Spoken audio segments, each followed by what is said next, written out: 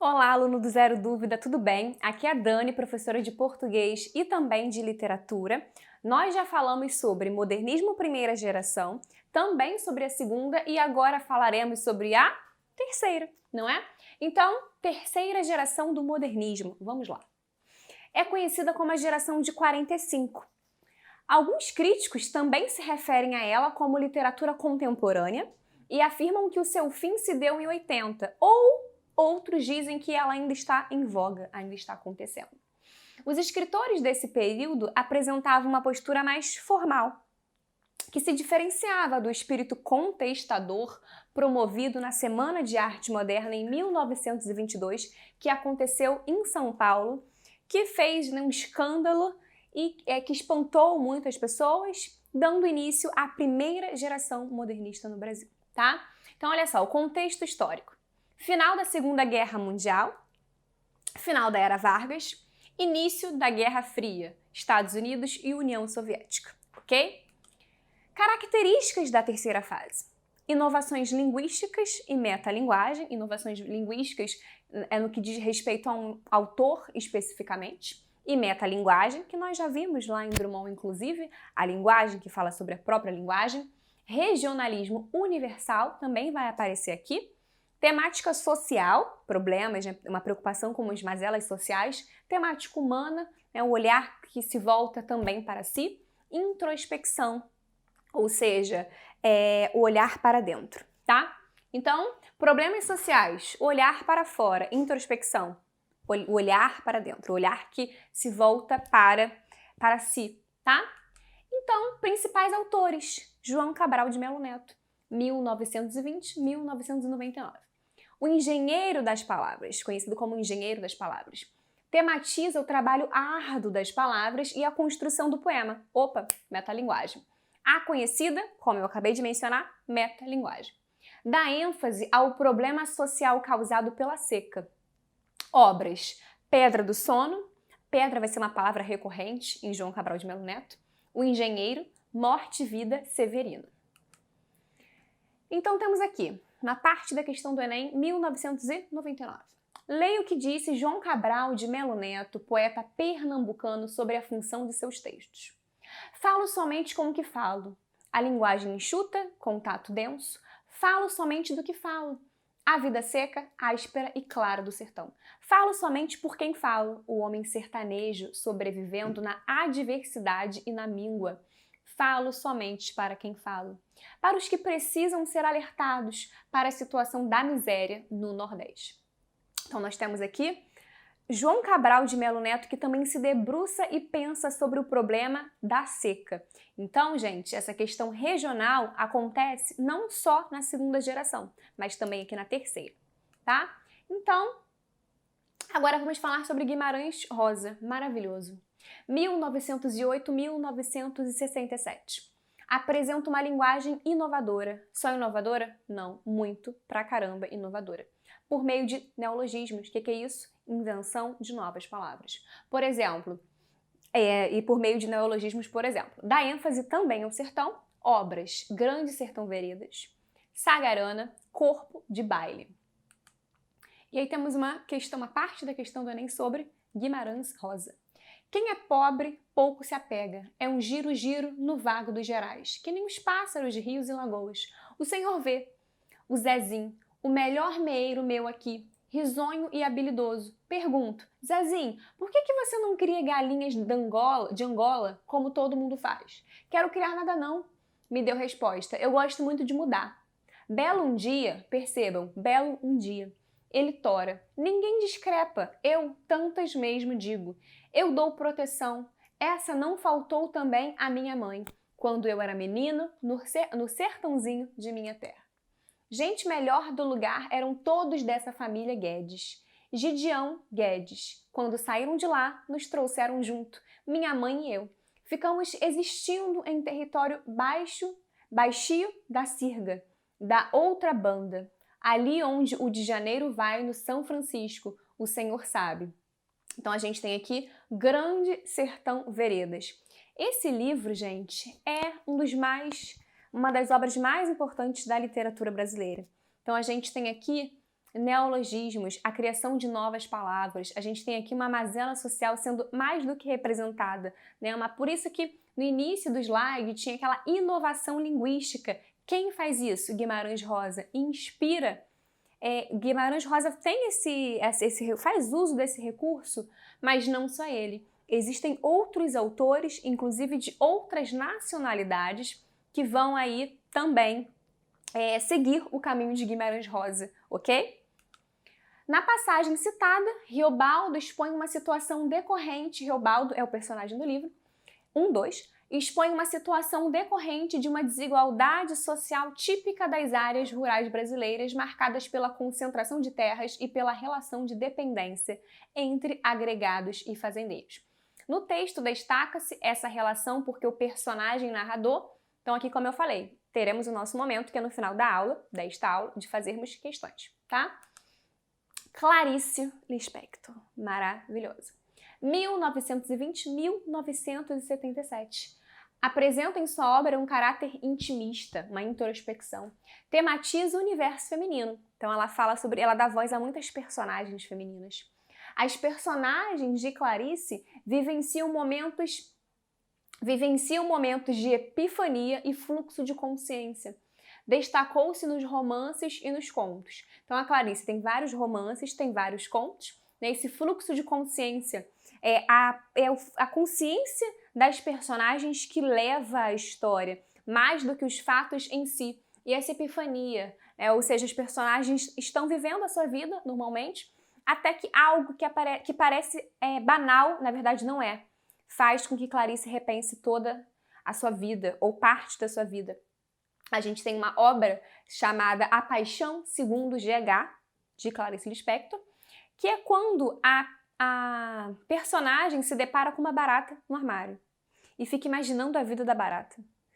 E fica ali falando detalhes até sobre a barata, né?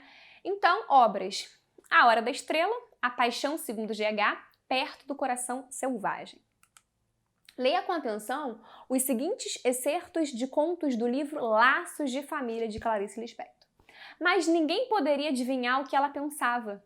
E para aqueles que junto da porta ainda a olharam uma vez, a aniversariante era apenas o que parecia ser, sentada à cabeceira da mesa imunda, com a mão fechada sobre a toalha como encerrando um cetro, e com aquela mudez que era sua última palavra. Feliz aniversário. Esse conto é muito importante, faz uma crítica social gigantesca. Olhando os imóveis limpos, seu coração se apertava um pouco em espanto.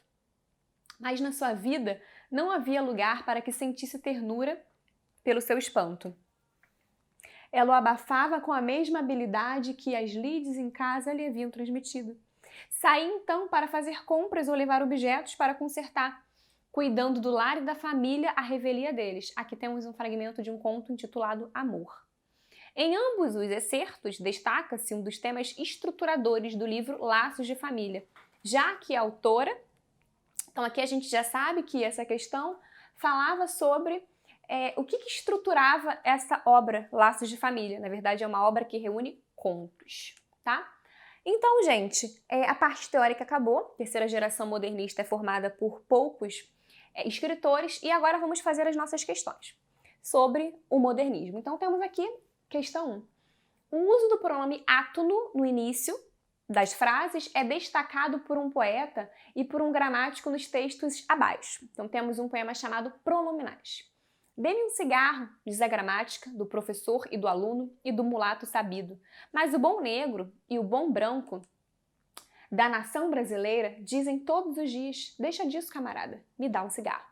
Então nós temos aqui uma ênclise. O que é uma ênclise? O pronome pessoal, oblíquo átono, colocado depois do verbo, que é como diz a norma culta, né? Em Portugal é mais comum esse uso. E no final a gente tem aqui da nação brasileira, dizem todos os dias: deixa disso, camarada, me dá um cigarro. O que a gente tem aqui? Uma próclise. Ou seja, o pronome não está depois, mas sim antes do verbo, caracterizando uma linguagem informal, despojada do cotidiano. Qual a linguagem privilegiada no modernismo? Do dia a dia, né? Iniciar a frase com o pronome átono só é lícito na conversação familiar, despreocupada ou na língua escrita, quando se deseja reproduzir a fala dos personagens. Comparando a explicação dada pelos autores sobre essa regra, pode-se afirmar que ambos condenam essa regra gramatical, acreditam que apenas os esclarecidos sabem essa regra, criticam a presença de regras na gramática, afirmam que não há regras para uso de pronomes, relativizam essa regra gramatical. Então aqui, gente, nós temos o gabarito letra E. Eles relativizam essa regra gramatical. O que seria relativizar?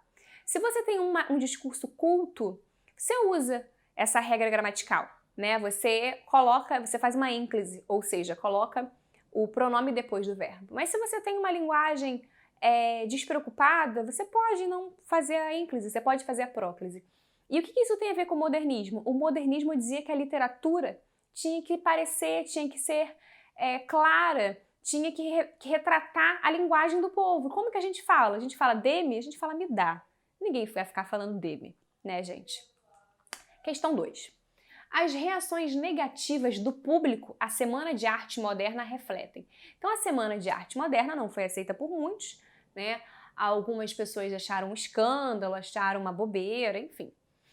Acharam que a literatura tradicional devia ser mantida, por que não? Né? E aí,